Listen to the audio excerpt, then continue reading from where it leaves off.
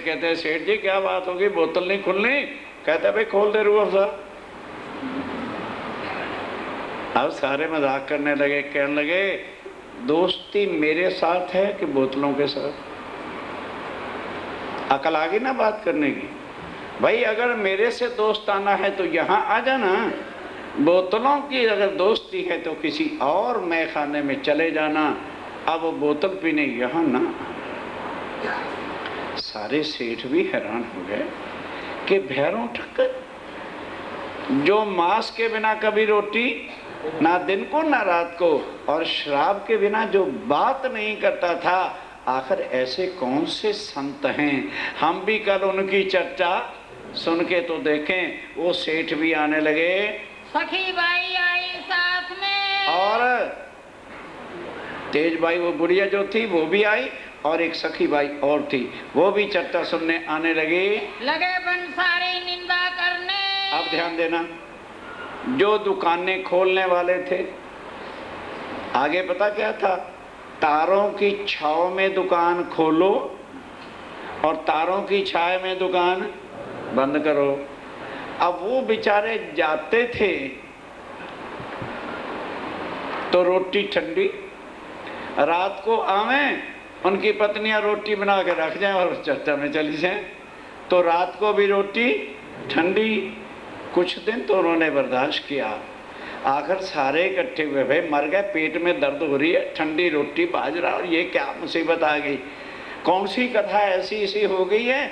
आगे तो साप्ताहिक कथा चलती थी। भैरव ठक्कर से जाके पूछे भी तुमने कौन सी कथा रखवा रखी? सारे मिल करके गए, भैरव ठक्कर से लगे लड़ने, कहने लगे वो सेठ जी महाराज क्या कमबख्ती हमारे गले डाल दी। आगे तो सुना था रामायण भागवत का गीता का जो साप्ताहिक प्राण होता है, तुम्हारा कौन सा प्राण है? और हम तो मर गए भूखे, इस तरह से ठंडी रोटी खा खा के मर जाएंगे।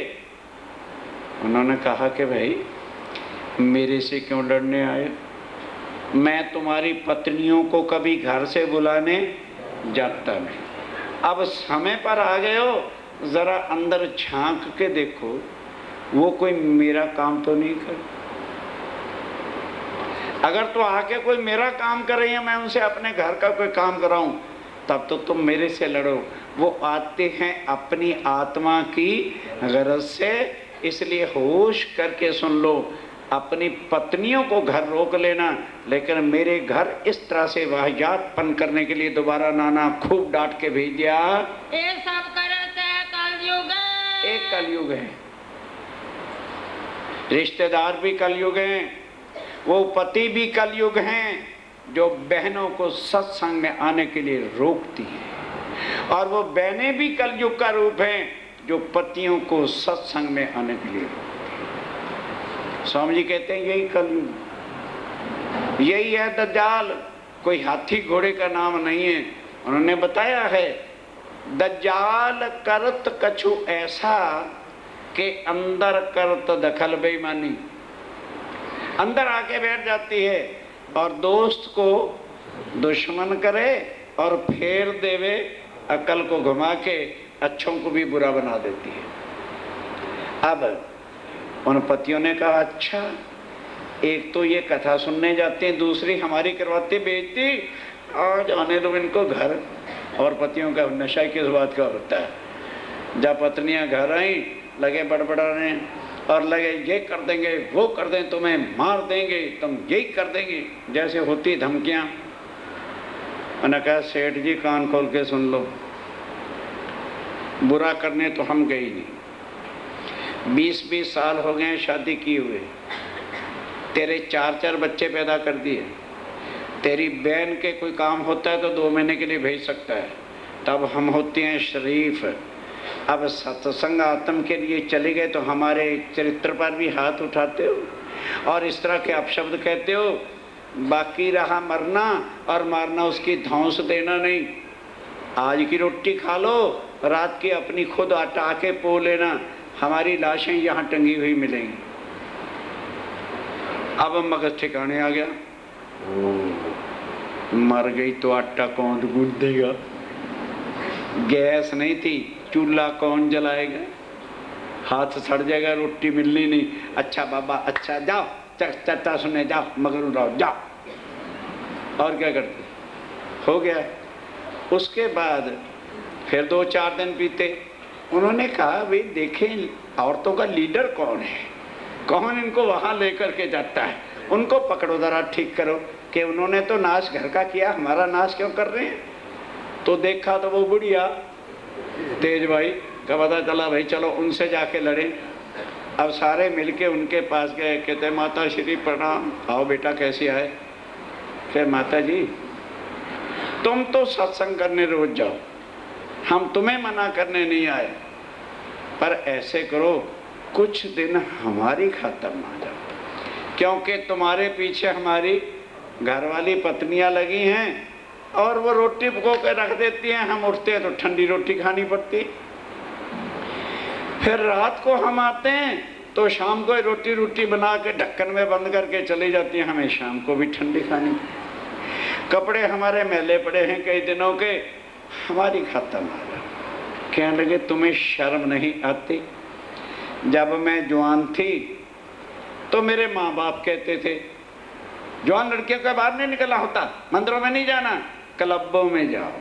नहीं समझे, नहीं समझाई, आनी नहीं के बहुत भरे हुए हैं। हम मंदिरों में नहीं बट लड़कियों को भेज सकते, कहाँ भेज सकते हैं, क्लबों में। फिर मैं बन गई बहू तो ससुराल वाले कहने लगे ससुर साहब बहू मैं नहीं बाहर निकला करती। अच्छा भाई, फिर बच्चे हो गए, अब मैं हो गई बूढ़ी, दांत रहे नहीं, अब मेरा कोई कसूर है?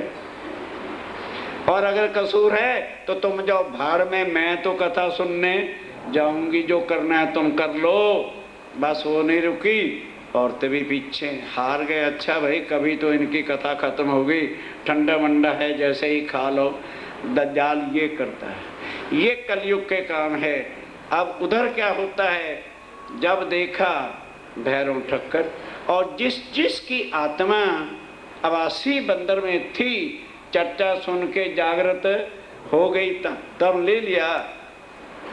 तब स्वामी जी सबको बुला के कहते हैं भाई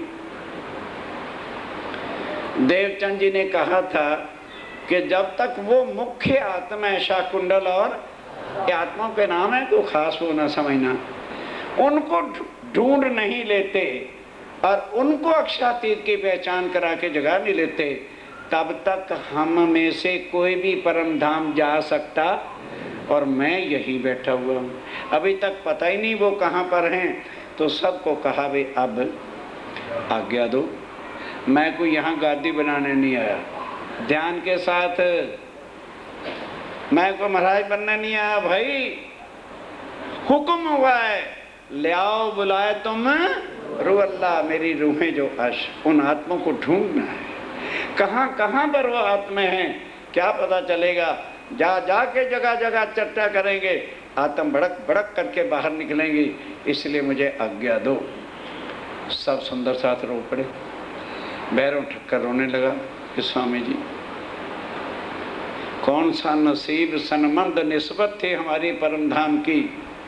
एक तो ये मुसलमानों का राक्षसों का देश, और एक कोई साधु महात्मा इधर आते नहीं। आप आए हो तो हमारी आत्मा के सनमंद से आए हो, और ये धनी अब छोड़ के मत जाओ। बस स्वामी जी किसी की आंखों के आंसू बर्दाश्त नहीं करते। अच्छा 2-3 दिन के बाद बैठे थे चितवन में, राज्य से बात कर रहे थे कि धनी मैं क्या करूं, आप कोई ऐसा कारण बनाओ दीप बंदर की तरह से कि ये मुझे राजी खुशी से इजाजत दे दें, फिर तो यहाँ से निकल सकूंगा।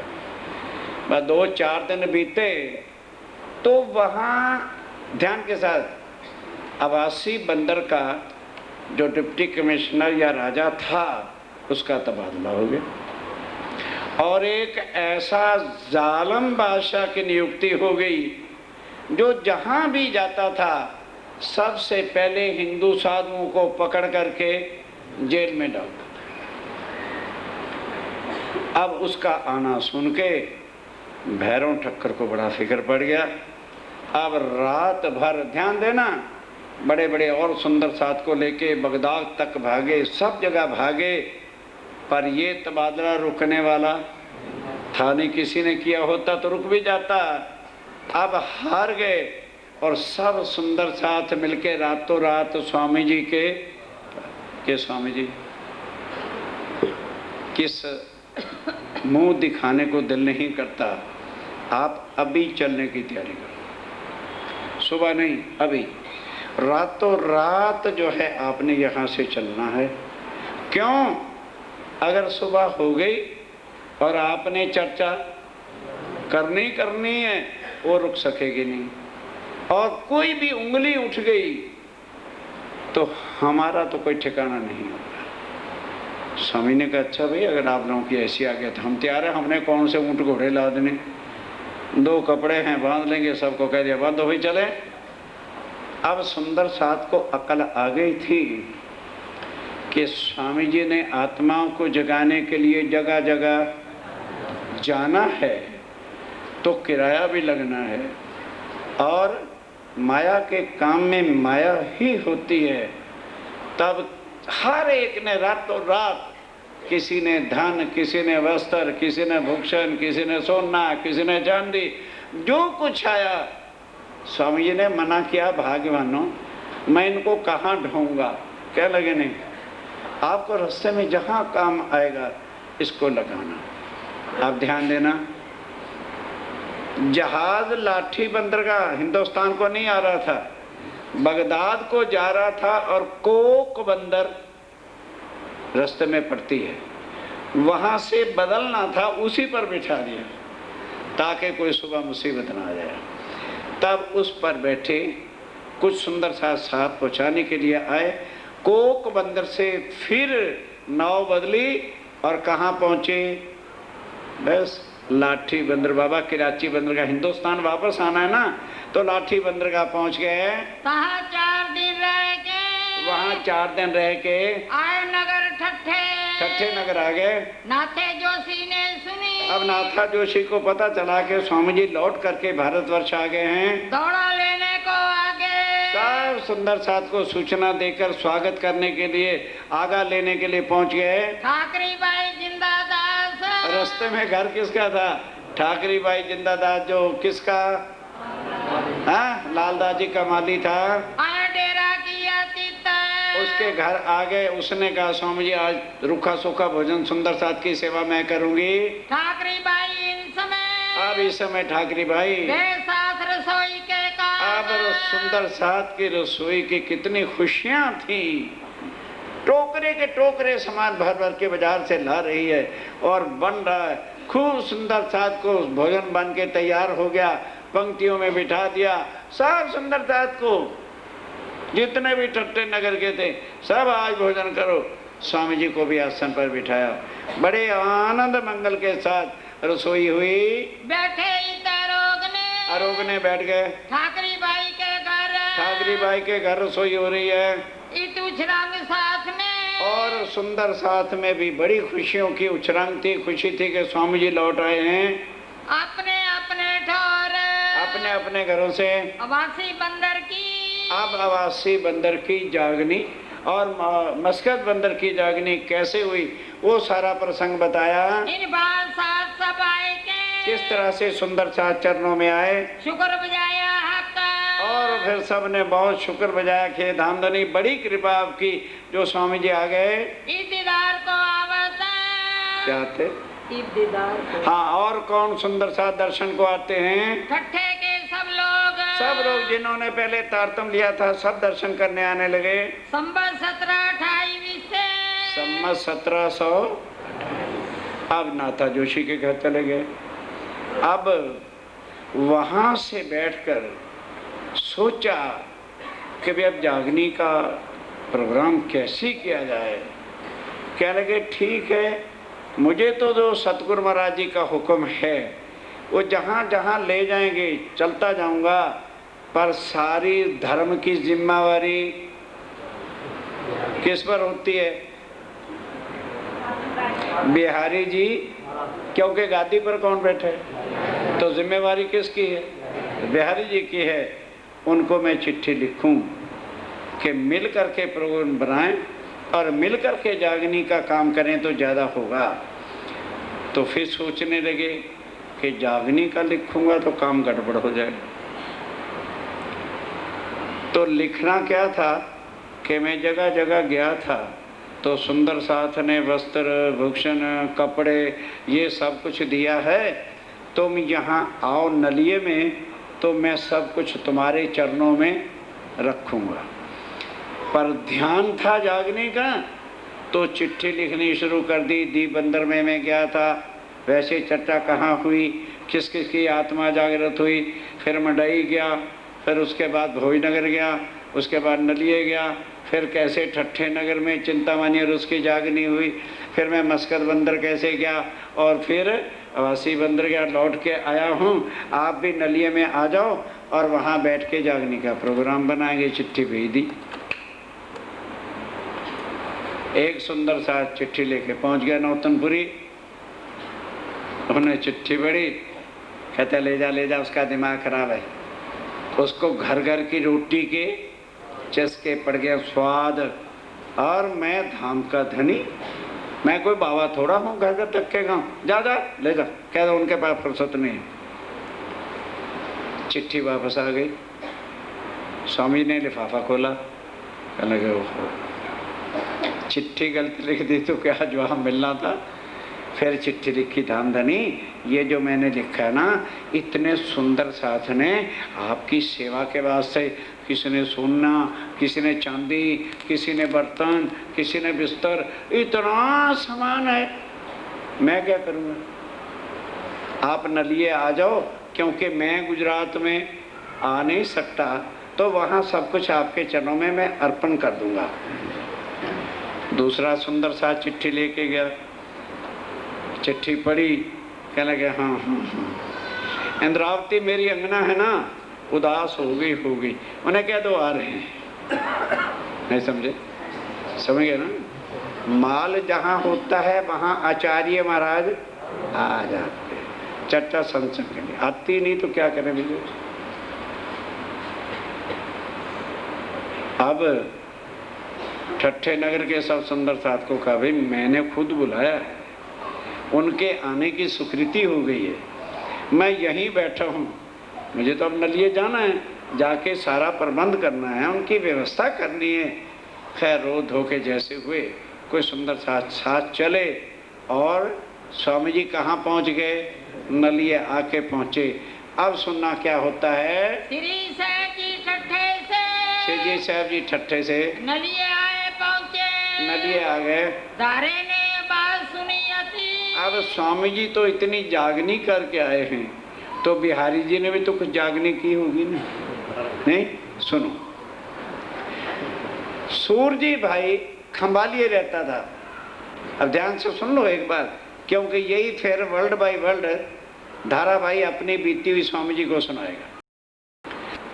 और वो जब स्वामी जी कहाँ थे? मस्कत में, वहाँ व्यापार के लिए गया हुआ था। वहाँ उसने भी चर्चा सुन के तारतम्य ले लिया था और स्वामी ने कहा भी तू खंबालिए जाके अपने घर में सुंदर साथ को बुलाकर चर्चा और सत्संग करते रहना, क्योंकि तारतम लेके अगर आदमी चर्चा सत्संग राज्य की वाणी में नहीं लगेगा तो आत्मा ज्यों की त्यों फिर माया में रल जाएगी। मैंने कहा जी ठीक है। आ गया खंबालिए में, और भी सुंदर साथ थे, पर वो ज़रा धनवान था, व्यवस्था अच्छी करता था। सबको बुला के अपने घर सत्संग चर्चा शुरू कर दी। तो धारा भाई निर्मल आत्म थी, राज्य की कृपा हो गई, वो चर्चा सुनाने लगा। तो जब चर्चा सुनाने लगा तो राज्य ने देखा भाई कुछ मेहर नहीं होगी तो सुंदर साथ की आत्मा कैसे जागृत होगी। धारा पाई पर मेहर। सुंदर साथ जी, ये वाणी सांसारिक ज्ञान नहीं है कि हम किसी से इल्म तालीम ले ले या शास्त्रों के श्लोक करके याद और वाणी को ले ले। वाणी मेरे प्यो की इसलिए भूल करके अगर अपना जीवन नष्ट करना है तो शास्त्रों को पढ़ते रहो। बगैर कहे तुम्हारा जीवन नष्ट हो जाएगा, अकल पत्थर पड़ जाएगी, ये परे की बात है। ये मेहर के बिना एक भी शब्द खुलता, मेहर के पात्र बन जाओ। अब वो मेहर धारे भाई पे होगी, ऐसी आंकड़ियां, क्योंकि अंदर शक्ति राज्य की बैठ जाती है, काम होने लगे।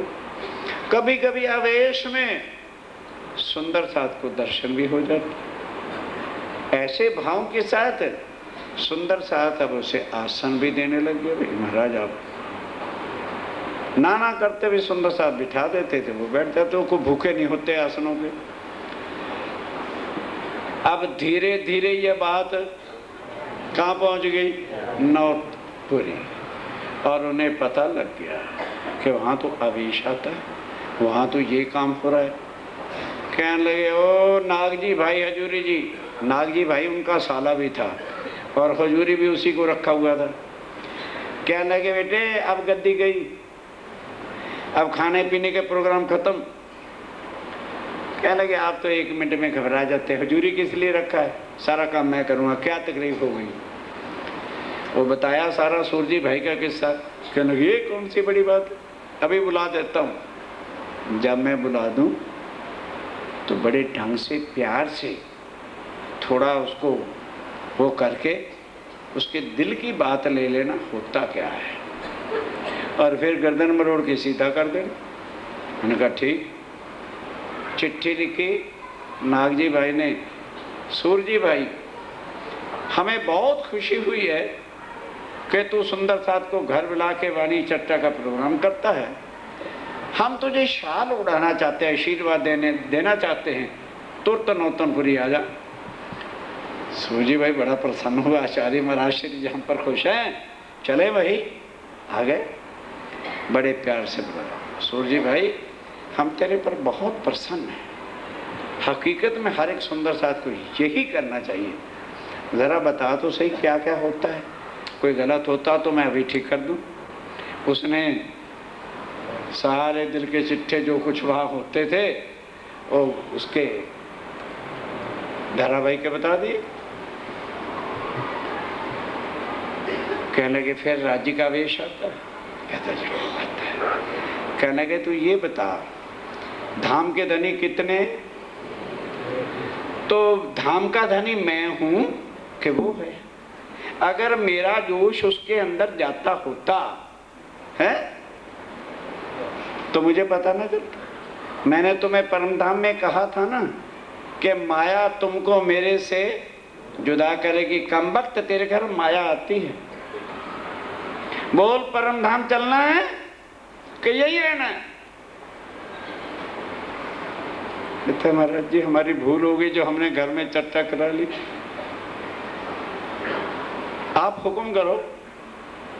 कहने के, अगर जाना है परमधाम तो तुम्हें जागने की क्या तकलीफ है? खेल किसने दिखाया? मैंने।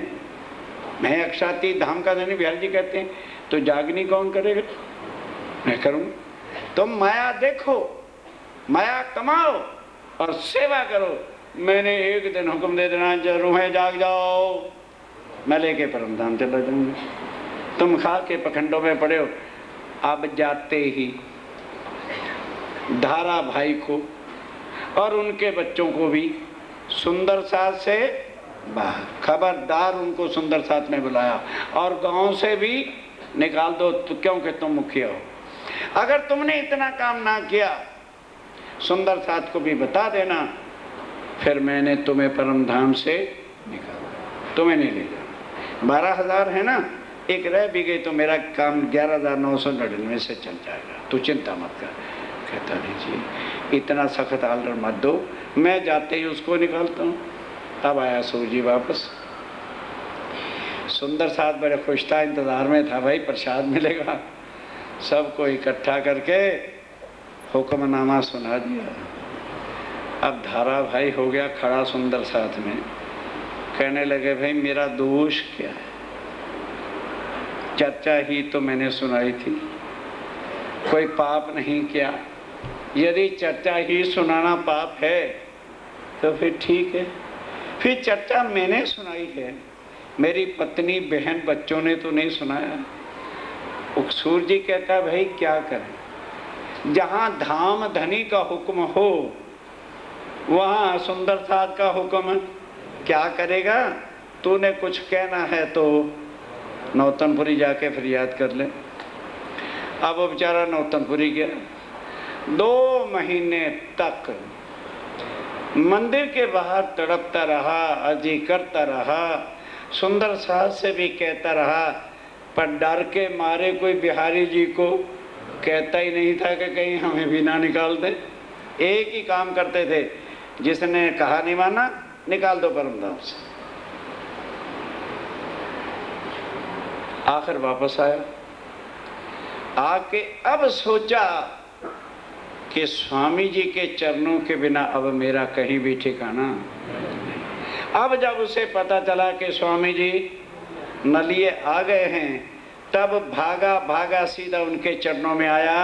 कभी लाल में देखिए, तब अब आके कहता है श्री जी आपके सिवाय मुझे कुछ नजर नहीं आया, हेठ और एक श्री महाराज, आपके स्वामी जी के चरणों के बिना मेरा कहीं ठिकाना नहीं।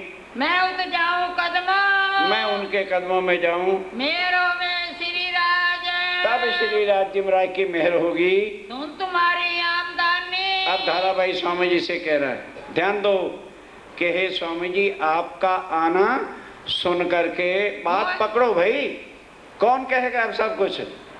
धाराभाई आप बीती स्वामी जी को सुनाएगा, मोए आनंद देव मन, और मेरे मन में बहुत खुशियां हो गई। मैं दौड़ाई जाए के, मैं दौड़ करके आपके कदमों आया हूँ, आए कदमों लगा मोमिन। अब आपके ही चरणों का मुझे आसरा है। अब जो जानो त्यो करो, जो हुक्म दोगे मैं वही आपको राज्य महाराज अक्षातीत मान के काम करूंगा।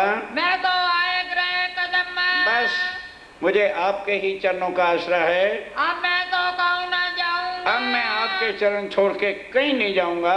करो आपके चले हुक्म, आप ही मेरे राज्य महाराज हैं और आपके ही हुक्म पालन करके जीवन निर्वाह करूंगा।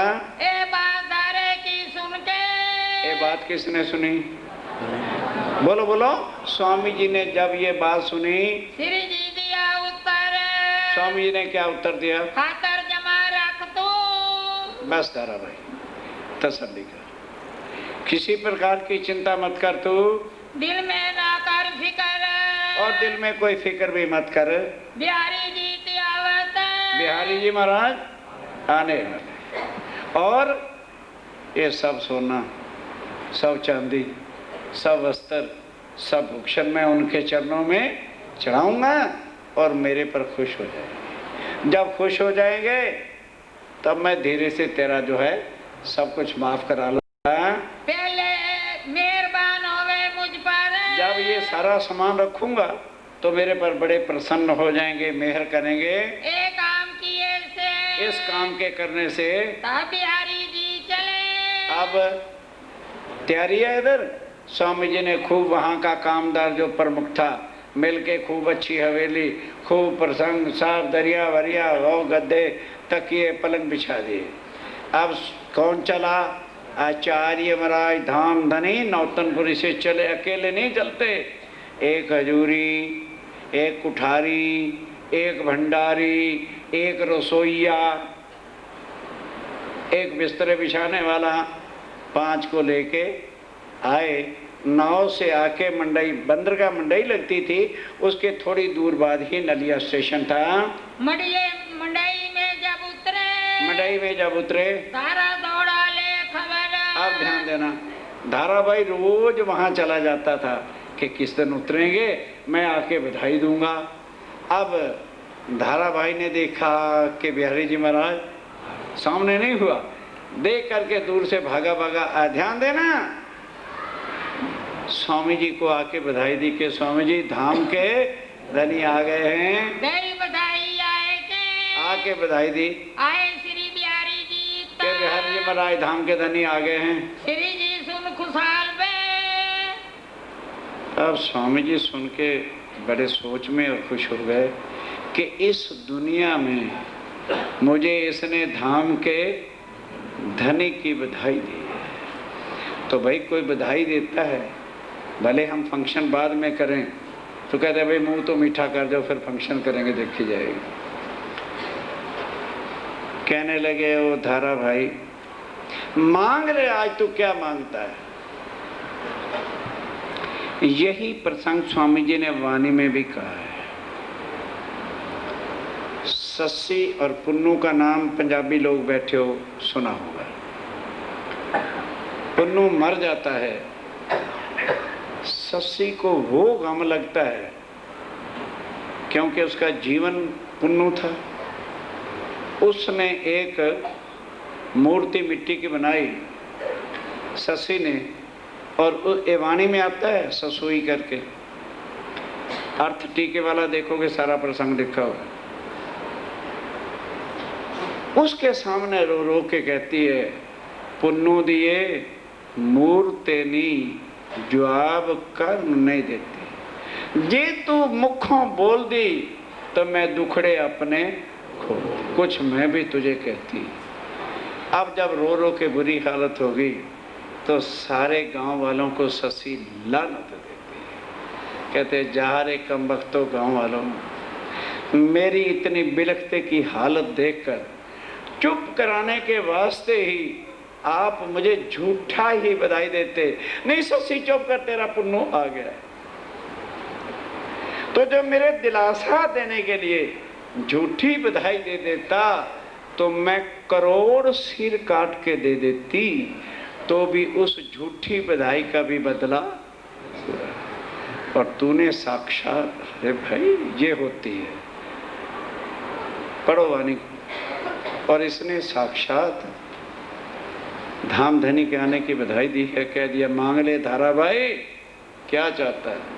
कहते मैं कुछ नहीं चाहता, मैं उनके चरणों में प्रणाम करूं और वो मुझे सुंदर साथ में शाम, और मेरी कोई तमन्ना नहीं, मुझे सुंदर साथ से अलग नहीं, बस मेरी और कोई चाहना नहीं।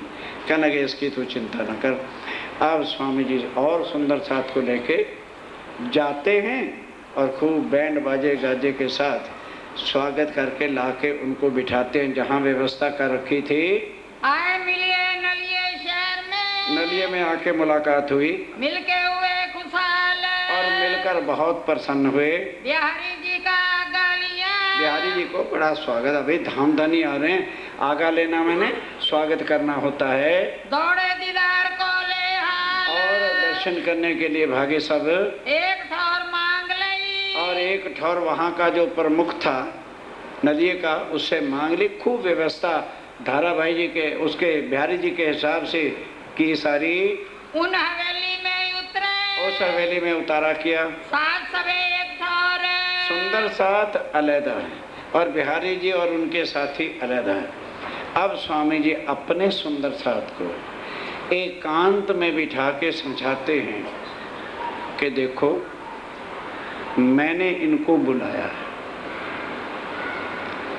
भले तुम्हारा भाव बने और या ना बने, पर इनको धाम का धनी मान करके सेवा करना। मेरी सेवा की चिंता ना करना कि स्वामी जी नहाए नहीं, उन्होंने खाया नहीं, उन्होंने कपड़े नहीं बदले, मेरा 4 दिन में कुछ नहीं होता। अगर तुमने उनके मुकाबले में मेरी सेवा की और उन्होंने देख लिया तो तुम्हें भी धर्म से निकालते जाएंगे, इसलिए खबर रखना। और रूपा और राधा जिन्होंने अब राज्य की पहचान कर ली थी, वो जाती तो हैं सेवा करने, पर देखती इधर है पंखा इधर झुलाती रहती, दिल ही नहीं है तो सेवा कैसे करें। अब बिहारी जी ने सोचा अच्छा अभी तो नहीं जाती बाहर, इन दोनों को भी परम धाम से निकालता जाऊंगा। अपनी जो बीतक, अब स्वामी जी बैठकर सारी दीप बंदर से लेके अपनी सारी बीतक सुनाई। श्री साहब जी लगे कहने, सारी बीतक बैठ के सुनाई, सारा कुछ बताया। बिहारी जी ने सारी सुनी, बिहारी जी हाँ हाँ करके सब सुन रहे हैं। हंसने लगे मिनो मिने। मिनो मिने, क्योंकि दिखावे का हंसा नहीं करेंगे तो माल कैसे चरणों में आएगा, इसलिए दिखावे का है ना। हाँ मेरा ठाकुर बहुत अच्छा किया तुमने। और सुनाओ फिर। सब साथ एक ठोरे। सब सुंदर साथ एक जगह जुदा रहते थे। सुन चर्चा पाया सुख। अब पहली बार बिहारी जी ने जिंदगी में परम धाम की चर्चा सुनी और स्वामी जी ने भी जोश में आकर वो भेद खोल दिए कि कम से कम इसकी आत्म को ठोकर तो लगे।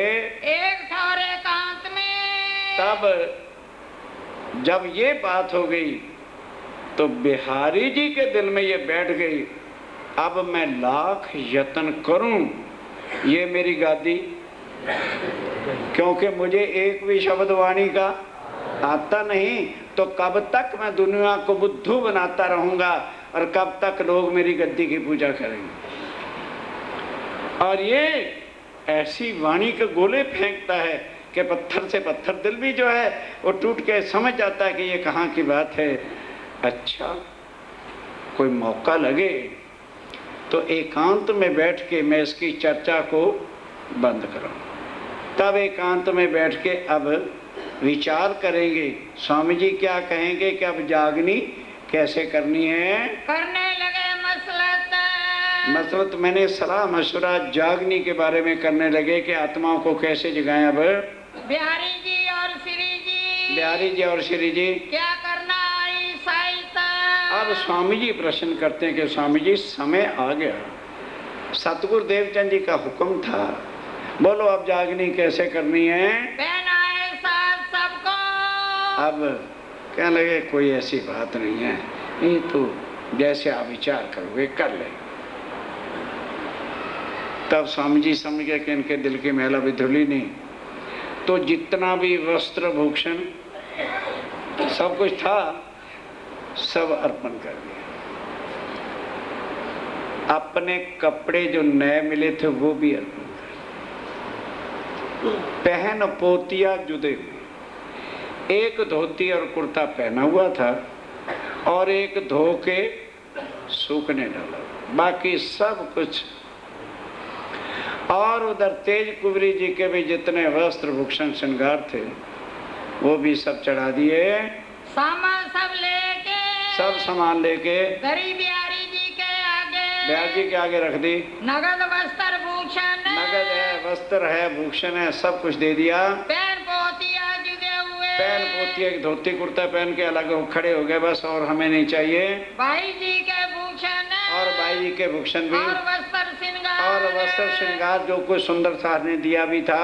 आए आगे अर्ज करी। और आके अर्ज करी, बड़े प्रसन्न कहने लगे धाम के धनी ये सब कुछ मिला था पर मेरे ऊपर एक कर्जा बाकी है।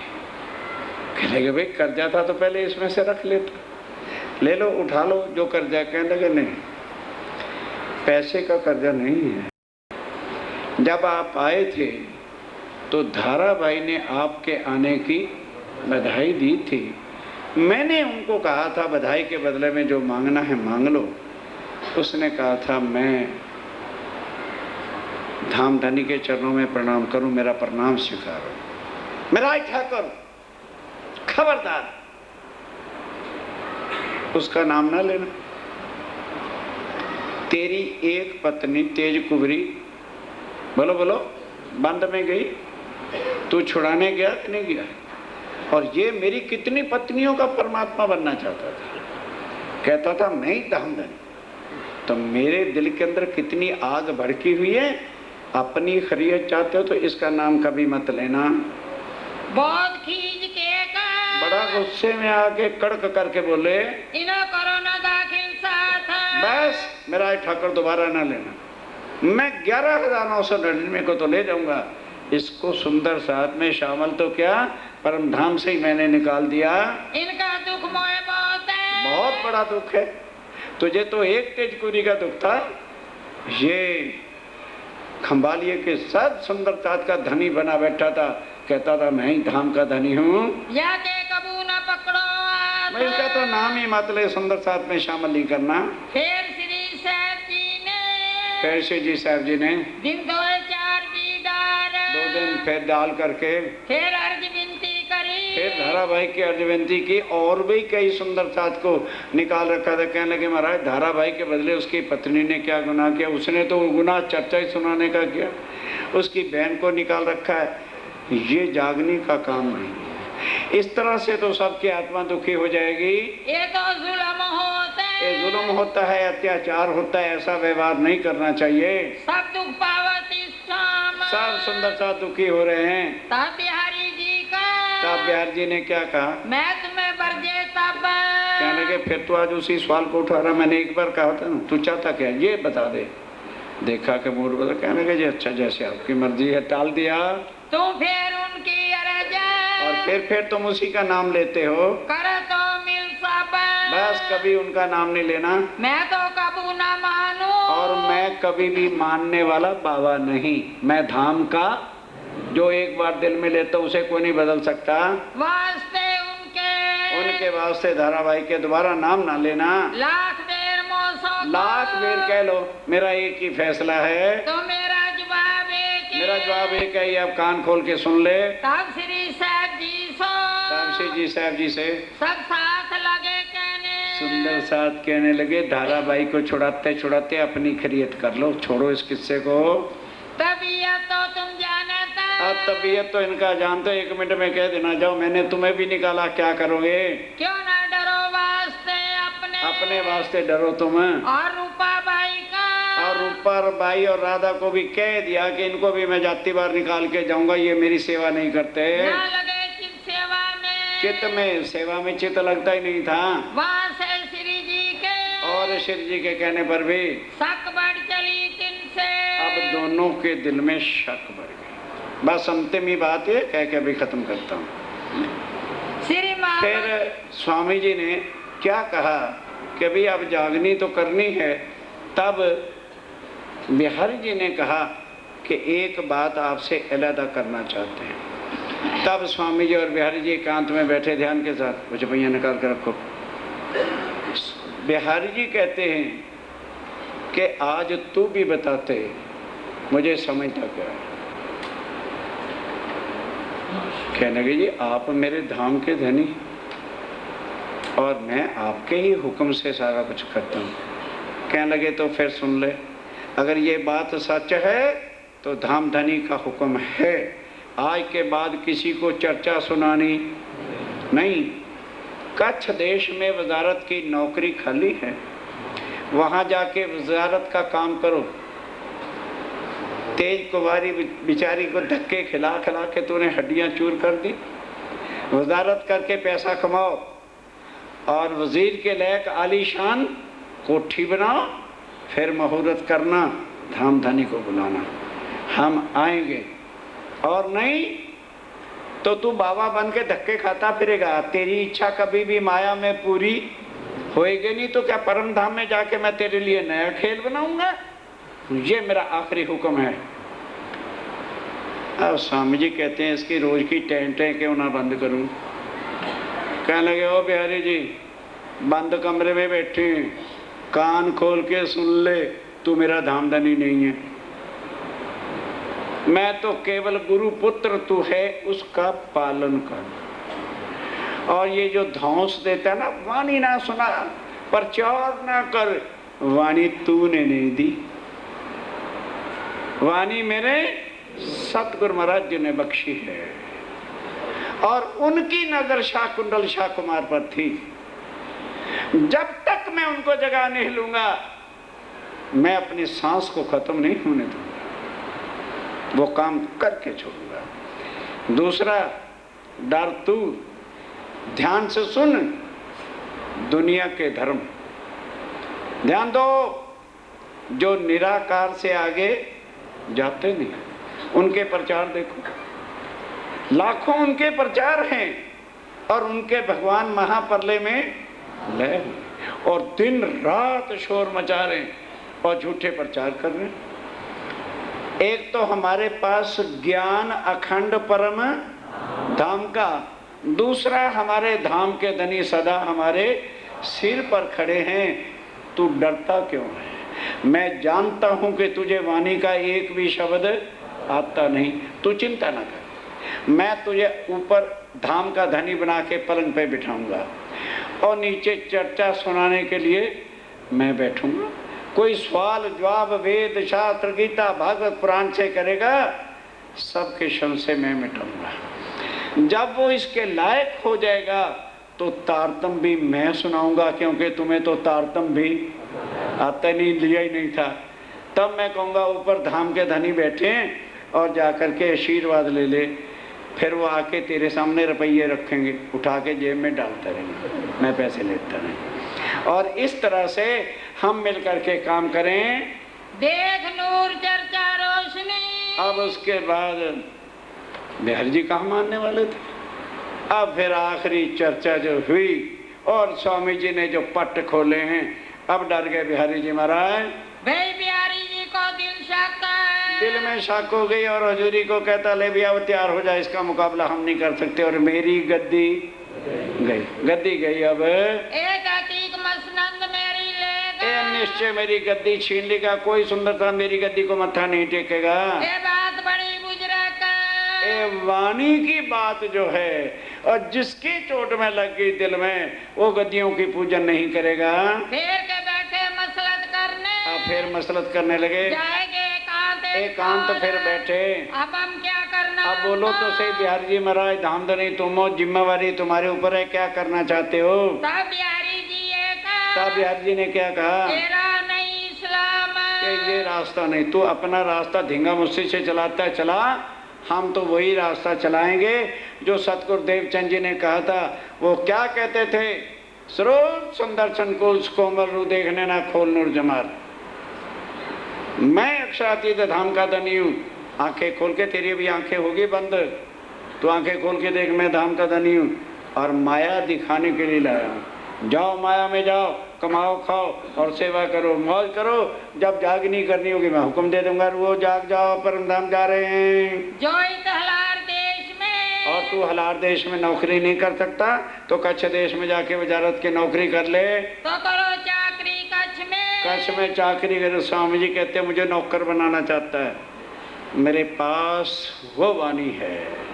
बड़े बड़े राजा महाराजा जो हैं वो भी वाणी को सुनेंगे, तेरे चरणों में गिर जाएंगे। और ये माया थूक दी मैंने, 14 तबक का भी कोई राज दे देगा तो मैं लौट के नहीं देखूंगा, क्योंकि ये मुर्दार है, महाप्रलय में इसका नाश।